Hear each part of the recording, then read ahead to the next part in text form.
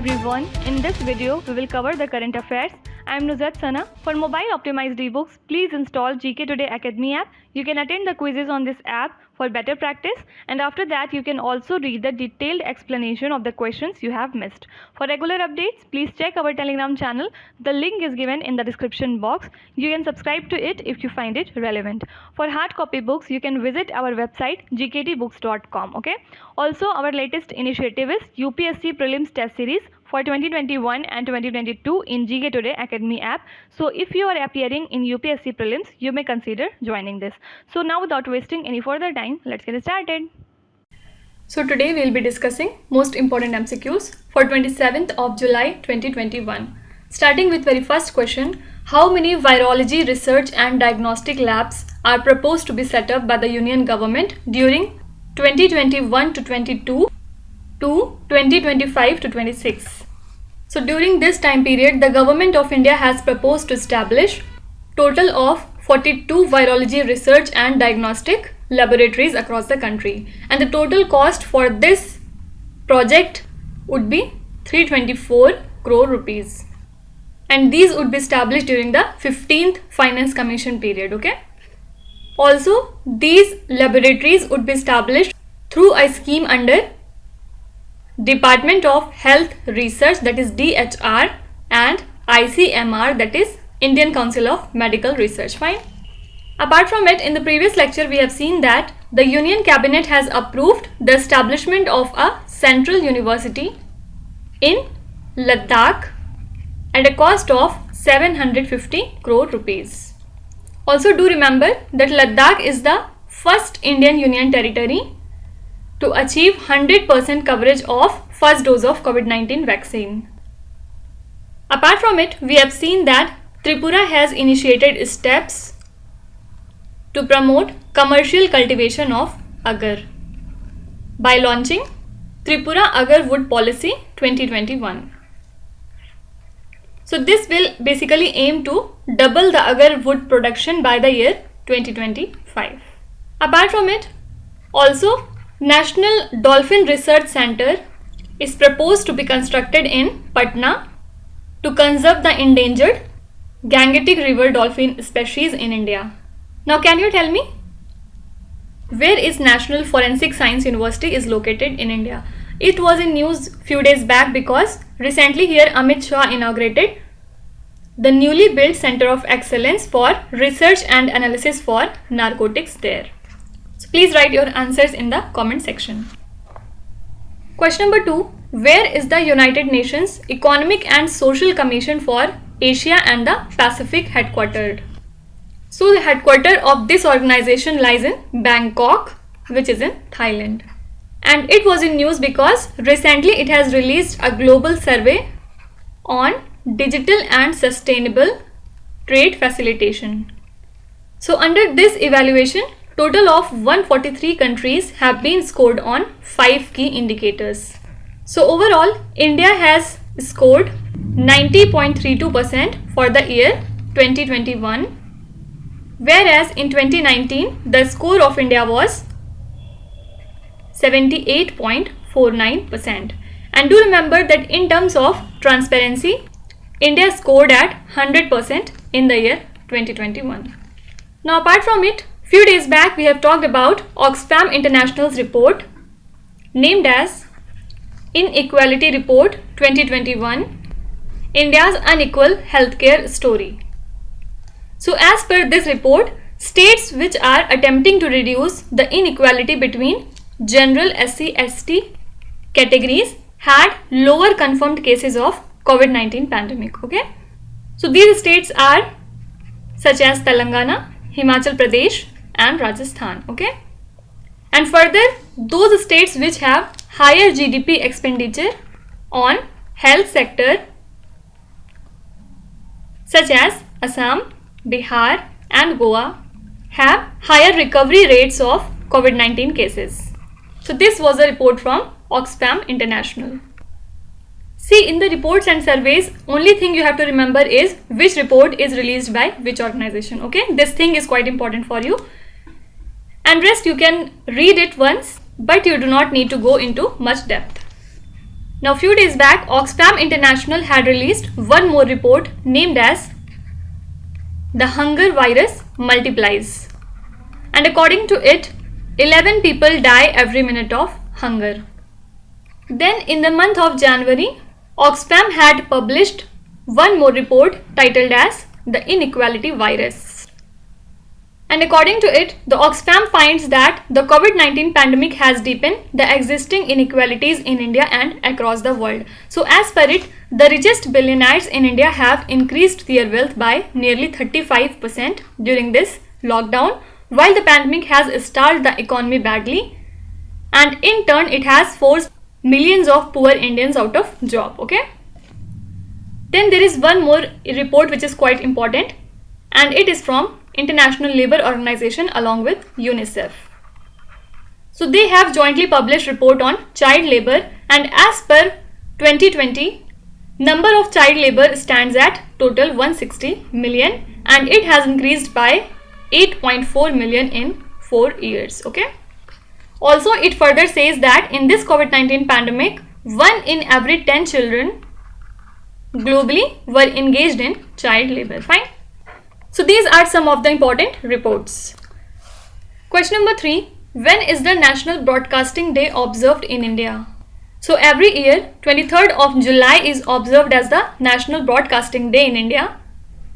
And radio broadcasting commenced in India from Bombay by the Indian Broadcasting Company on this date in the year 1927. So in India, radio broadcasting commenced in the year 1923. Okay.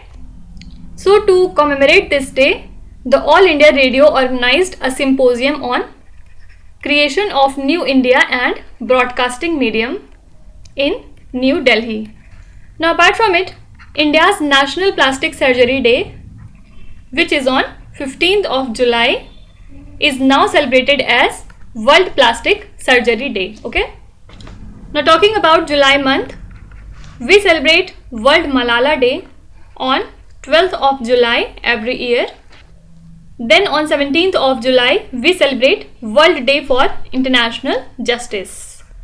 And 18th July is celebrated as Nelson Mandela Day.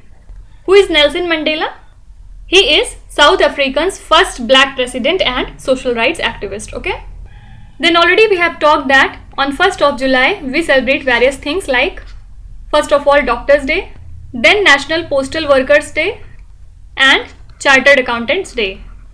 Then on 2nd of July, we celebrate World UFO Day.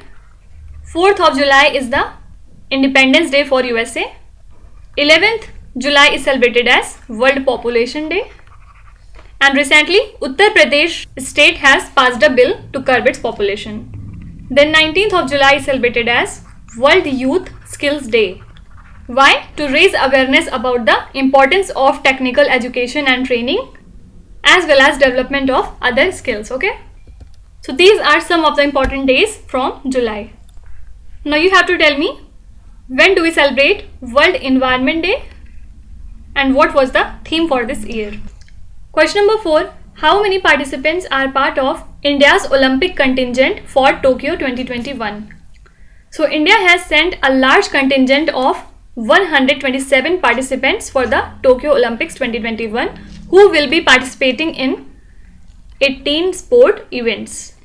So these include 2 alternate players and 1 reserve goalie in men's and women's hockey squads. In the previous Olympics of 2016, total of 117 athletes participated in 15 sporting events. Now recently, as we know that Tokyo Olympics have been started, so Mirabai Chanu has won the India's first silver medal in women's 49 kg category. Now talking about some more important things of Tokyo Olympics, the flag bearer for opening ceremony were Mary Kom and Manpreet Singh. Then flag bearer for the closing ceremony would be wrestler Bajrang Punia, and the flag bearer for Paralympics is Mariyappan Thangavelu.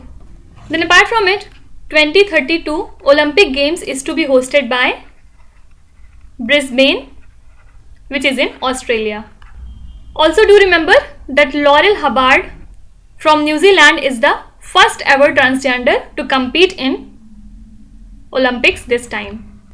From India, Mana Patel is the first Indian female swimmer to qualify for Tokyo Olympics, and Udayan Mane is the second Indian golfer to qualify for Tokyo Olympics recently, okay?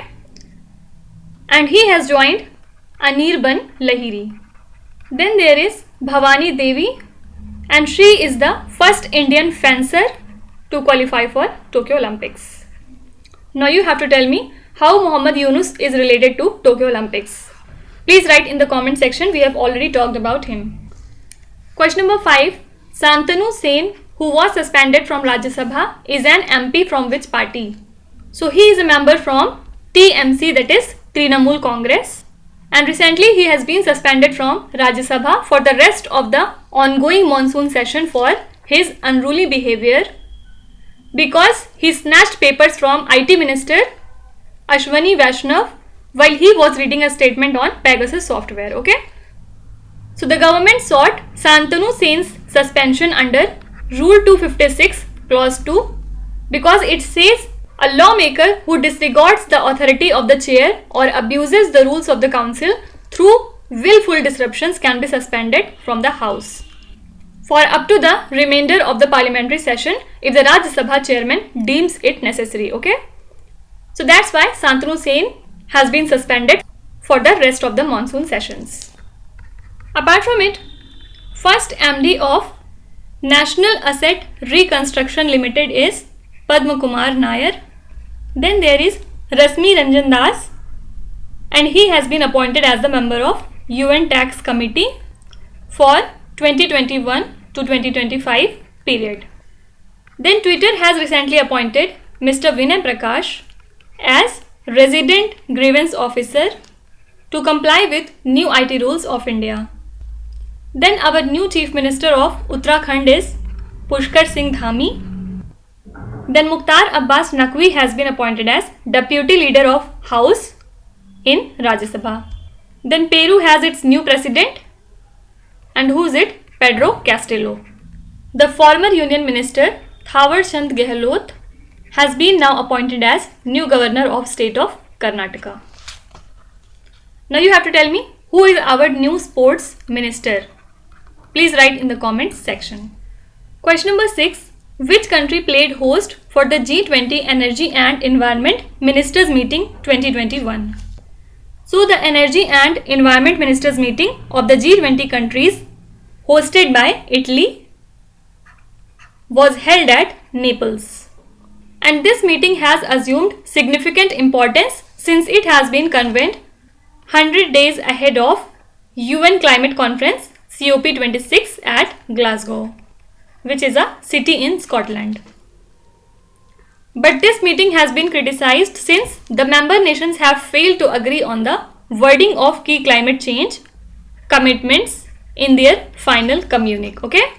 Now apart from it, what was the venue of the recently held Shanghai Cooperation Organization meeting 2021? It was Dushanbe, which is the capital of Tajikistan. And apart from it, this COP26 was hosted by Italy along with United Kingdoms. Also, Italy has recently hosted G20 Labour and Employment Ministers meeting. Then few months back, 17th BIMSTEC ministerial meeting was held and it was chaired by Sri Lanka. So BIMSTEC consists of total 7 countries, and which are they? India, Nepal, Sri Lanka, Bhutan and Bangladesh. These countries are from South Asia. Then Thailand and Myanmar from Southeast Asia. Now already we have talked about G20 presidency because it has come to Italy now. So whatever event would be held by G20, it would be hosted by Italy. Similarly, talking about BRICS, this time BRICS presidency has come to India, and hence India has hosted various BRICS events recently. BRICS consists of 5 countries: Brazil, Russia, India, China and South Africa. And South Africa is the latest country to join this organization. Fine. Question number 7. Under which scheme children orphaned due to COVID-19 are being assisted by the Union government? So the government of India has launched a dedicated portal for the children who have been orphaned due to COVID-19 pandemic. So anyone can share the details of such children in this portal and help them to be benefited by the PM CARES Fund. So the portal can be accessed at www.pmcaresforchildren.in. Now apart from it, the crash course program for COVID-19 frontline workers launched by Prime Minister has been designed under Pradhan Mantri Kaushal Vikas Yojana 3.0. Apart from it, Union government is implementing Bharatiya Prakritik Krishi Paddhati as a sub-scheme of Paramparagat Krishi Vikas Yojana since 2020 to 21. So it aims to promote traditional indigenous practices, and the scheme focuses on exclusion of all the synthetic chemical inputs and promotes on-farm biomass recycling. So under this scheme, financial assistance of 12,200 rupees per hectare for 3 years is provided for cluster formation. Now PM CARES Fund was also in news few days back because SBI employees contributed 62.62 crore rupees to PM CARES Fund on 66th Foundation Day of SBI. Now talking about PM CARES, as per the data, 577 children are there who have been orphaned due to COVID-19 pandemic. So they would be provided free education and creation of 10 lakh rupees reserve for each child to be given at the age of 23 years. Also few days back, Prime Minister had ordered audit of ventilators provided by central government to state governments and union territories because the ventilators they have got under PM CARES Fund are lying in the storage unutilized. And hence there was a need to have proper audit in the institution and operation of these ventilators. Question number 8. Which state has removed the upper age for transgender students seeking admission to higher education in state universities? So the government of Kerala has removed this upper age limit of transgender students who are seeking admission in the state's universities for higher education, and this move is intended to bring more transgender into formal higher education. Also, the Kerala government has stated that universities shall make necessary changes in their statutes to give effect to this decision. Now talking about some important things from different states. Recently, which Indian state has recorded India's first case of H5N1 among humans? So this state is Haryana. Also, which is the first northeastern state to approve the Youth Policy 2021? It is Meghalaya. Now Kerala was also in news because India's second village of books is to be set up in a village in the state of Kerala. And which one is the first village of book? It is in Maharashtra's Satara district. Then two cities from MP, Gwalior and Orchha, have been selected by UNESCO under Historic Urban Landscape Project. Now you have to tell me, first ever case of Zika virus arises in which state of India? Please write in the comment section if you know. Question number 9. The JV of which Indian company with Boeing has announced the delivery of 100th Apache helicopter? So the joint venture between Tata and Boeing company, that is TBAL, Tata Boeing Aerospace Limited, has announced the delivery of 100th Apache helicopter. So TABL fabricates the fuselage of the helicopter at its manufacturing facility in Hyderabad, which is then delivered to Boeing's facility in the USA for further assembly. And the JV was established as an equity partnership in the year 2015. Now apart from it, India has recently received the Romeo helicopters from the country USA, and also India has obtained a commercial offer for delivery of 21 MiG-29 fighters. So the decision to procure 21 MiG-29 fighters from Russia was made by India's Council for Defence Purchases in the year 2020. And currently Indian Air Force has 3 squadrons of MiG-29 fighters which are operational right now. Coming to last question, as per the recent Quality of Life survey, what is the percent of adults in India leading a poor quality of life?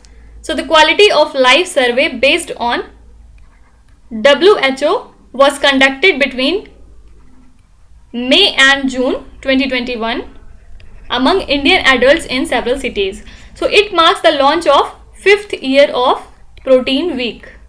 So as per the survey, nearly 46.2% of adults in India lead a poor quality of life, while Kolkata recorded the highest percentage of adults, that is 65%, with poor QOL score, and Mumbai topped the list with high score.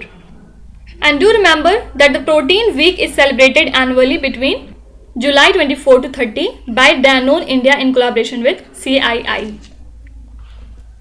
Now let's start with today's quiz. Here on the slide you can see 5 questions which have been taken from the past 2-3 days current affairs. Pause the video and try to solve each of these questions. And at the end of the lecture, do not forget to share your scores in the comment section. So please be honest and do not cheat with yourself. So that's it for today. I hope you have liked the session. These were the important news and events from today, and we will meet again tomorrow with some more important current affairs. Till then, stay tuned. Thank you so much for watching, and please do not forget to subscribe to GK Today. With this, me Nuzhat Sana signing off.